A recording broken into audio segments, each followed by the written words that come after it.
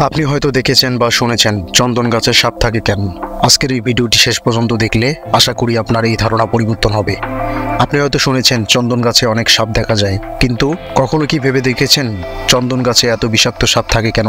চলুন সাপের এমন রহস্যমূলক কর্মকাণ্ড সম্পর্কে জেনে নেই।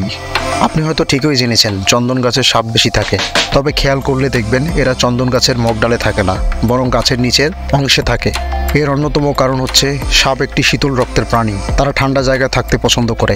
আর চন্দন গাছ প্রাকৃতিকভাবেই বেশ ঠান্ডা, তাই তারা চন্দন গাছকে পছন্দ করে থাকে। সাপের চলাচল, শত্রুর পাদচারণা অনুভব, জায়গা নির্বাচন সহ নানা কাজে তারা তাদের জিহ্বার সাহায্য নেয়। তারা জিহ্বার সাহায্যে তাদের শীতল স্থান খুঁজে বের করে।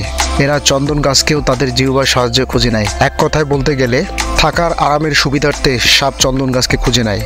শুধু চন্দন গাছ কেন, এমন অনেক গাছ আছে যেখানে সাপ খুব আরামেই থাকতে পারে। তাহলে আবার বোঝা গেল চন্দন গাছে সাপ থাকার আসল রহস্য কি।